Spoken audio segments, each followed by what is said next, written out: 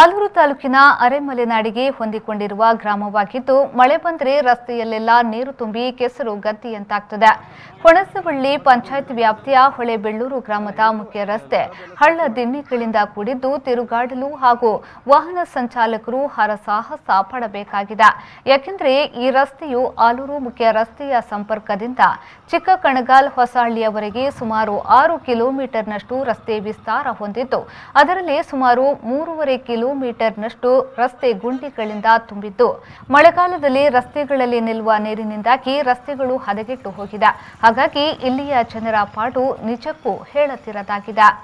ಹೊಳೆಬೆಳ್ಳೂರು ರೋಡಲ್ಲಿ ಏನು ತಿರ್ಗಕ್ಕೆ ಆಗೋದಿಲ್ಲ. ಒಂದು ಆಂಬುಲೆನ್ಸ್ ಬರೋಕ್ಕಲ್ಲ, ಪ್ರೆಗ್ನೆಂಟ್ ಆದವರಿಗೆ ಒಂದು ಸೀರಿಯಸ್ ಆದವರಿಗೆ ಆಂಬುಲೆನ್ಸ್ ಬರೋಕ್ಕಲ್ಲ.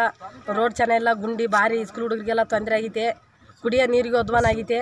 ಬೆಳ್ಳೂರು ರೋಡಿಗೆ ಅದು ರೋಡ್ ಆಗಲೇಬೇಕು. ಎಲ್ಲ ಎಲೆಕ್ಷನ್ ಏನಾರಲ್ಲ ಬಂದು ಅದೆಲ್ಲರೂ ಮಾಡ್ತೀವಿ ಅಂತ ಓಟ್ ಹಾಕ್ಸ್ಕೊಂಡು ಎಲ್ಲ ಓಟ್ ಹಾಕ್ಸ್ಕೊಂಡು ಹೋಗ್ತಾರೆ. ಒಬ್ಬರಾರು ತಲೆ ಕೆಡ್ಸ್ಕೊತಾ ಇಲ್ಲ.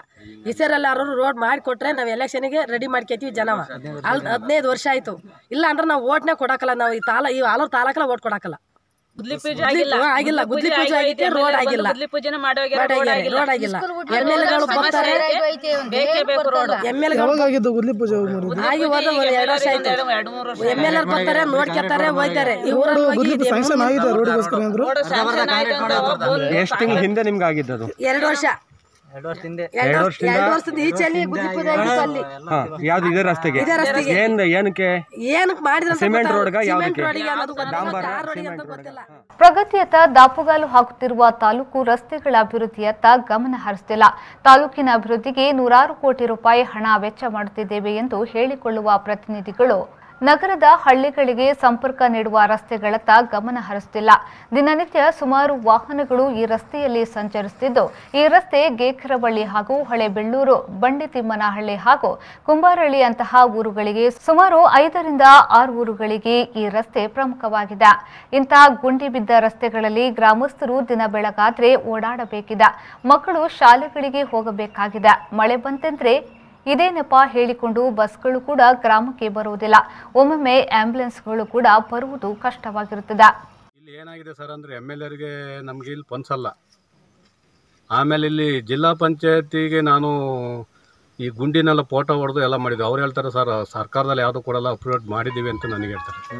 ಈ ಥರ ಆದರೆ ಇಲ್ಲಿ ಹಾಲಿನ ಲಾರಿ, ಬಾಣ್ತೇರು, ಬಸ್ರೇರು ಪ್ರತಿಯೊಂದು ವೆಹಿಕಲ್ಸ್ ಹೋಗ್ಬೋದು ಸರ್. ಇಲ್ಲಿಂದ ಹೊಸಳ್ಳಿ ಅಂತೇಳಿ ಒಂದು ಮೂಲೆ ಗುಂಪು ನಮ್ಮಿಂದ ಆಚೆಗೆ, ಅಲ್ಲಿಂದ ಆಚೆಗೆ ಬೇಲೂರು ತಾಲೂಕು ಸೇರುತ್ತೆ. ಹೊಳೆ ಇದೆ. ಅಲ್ಲಿಂದ ಇಲ್ಲಿವರೆಗೂ ನಾವು ಒಂದು 7-8 ಹಳ್ಳಿಯವ್ರು ಸೇರ್ತೀವಿ. ಈ ಊರಿಗೆ ಹಾಲು ಒಯ್ಯೋದೇ ಆಗಲಿ, ಬಸ್ಸಿನ ಸೌಕರ್ಯವೇ ಆಗಲಿ, ಸ್ಕೂಲ್ ಮಕ್ಕಳೇ ಆಗಲಿ, ಎಲ್ಲದೂ ಯಾವುದೇ ಇಲಾಖೆ ಕೊಟ್ಟರು ಸರ್ಕಾರ ಕೊಡ್ದವ್ರು ನಾವೇನು ಮಾಡೋಕ್ಕಾಗತ್ತಪ್ಪ ಅಂತ ನಮಗೆ ಈ ಮಾತನ್ನು ಹೇಳ್ತಾರೆ ಹೊರತು ನಮಗೆ ಭಾಳ ತೊಂದರೆ ಐತೆ ಸಾರ್ವಜನಿಕರಿಗೆ. ದಯವಿಟ್ಟು ಈ ರಸ್ತೆನ ಮಾಡಿಕೊಡ್ಬೇಕಾಗಿ ನಿಮ್ಮಲ್ಲಿ ಕನೆಕಳೆಯಿಂದ ಮಾಡಿಕೊಡ್ತೀವಿ. ಕುಮಾರಸ್ವಾಮಿ ಅವರು ಬಂದು ನಿಮಗೆ ಏನು ಸ್ಪಂದಿಸಿಲ್ವಾ? ಕುಮಾರಸ್ವಾಮಿ ಅವ್ರು ಸರ್ ನಮಗೆ ಯಾವುದೇ ಹೇಳಿದ್ರು ನಮಗೆ ಇಲ್ಲಿ ಪಂಚಲ್ಲ. ಅವರೇ ಈಗ 3 ಬಾರಿ ಎಮ್ಎಲ್ಎ ಆಗಿದೆ. ಇಲ್ಲಿ ನಮಗೆ ಯಾವುದೇ ಒಂದು ಸೌಲಭ್ಯ ಇಲ್ಲ. ಇಷ್ಟಾದರೂ ಇದಕ್ಕೆ ಸಂಬಂಧಪಟ್ಟ ಅಧಿಕಾರಿಗಳಾಗಲಿ ಜನಪ್ರತಿನಿಧಿಗಳಾಗಲಿ ಇತ್ತ ಕಡೆ ಎಚ್ಚರ ವಹಿಸದೆ ನಿದ್ರಿಸುತ್ತಿದ್ದಾರೆ. ಇನ್ನಾದರೂ ಕೂಡ ಈ ರಸ್ತೆಗೆ ಮುಕ್ತಿ ಸಿಗುತ್ತದೆ ಎಂದು ಗ್ರಾಮಸ್ಥರು ಕಾದು ನೋಡುತ್ತಿದ್ದಾರೆ.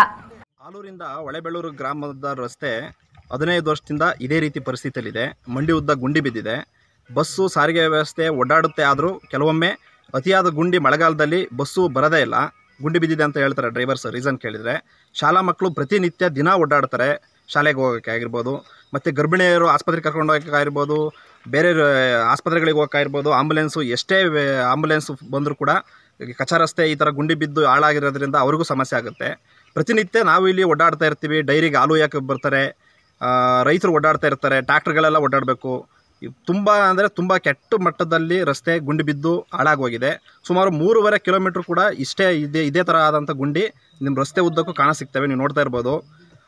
ಇದಕ್ಕೆ ಸಂಬಂಧಪಟ್ಟಂಥ ಎಮ್ಎಲ್ಎ ಗ್ರಾಂಟಿಗೆ ಸಂಬಂಧಪಟ್ಟ ಎಮ್ಎಲ್ಎ ಇರ್ಬೋದು ಅಥವಾ ಜಿಲ್ಲಾಡಳಿತ ಇರ್ಬೋದು, ಇದ್ರ ಬಗ್ಗೆ ಗಮನ ಹರಿಸಿ ನಮಗೆ ಆದಷ್ಟು ಬೇಗ ರಸ್ತೆನ ಒಂದು ಒಳ್ಳೆಯ ರಸ್ತೆಯಾಗಿ ಮಾಡಿಕೊಡ್ಬೇಕು ಅಂತ ಈ ಮೂಲಕ ಕೇಳಕ್ಕೆ. ಯೋಗೇಶ್ ಬಿಜಿ, ವಿ4 ನ್ಯೂಸ್, ಹಾಸನ.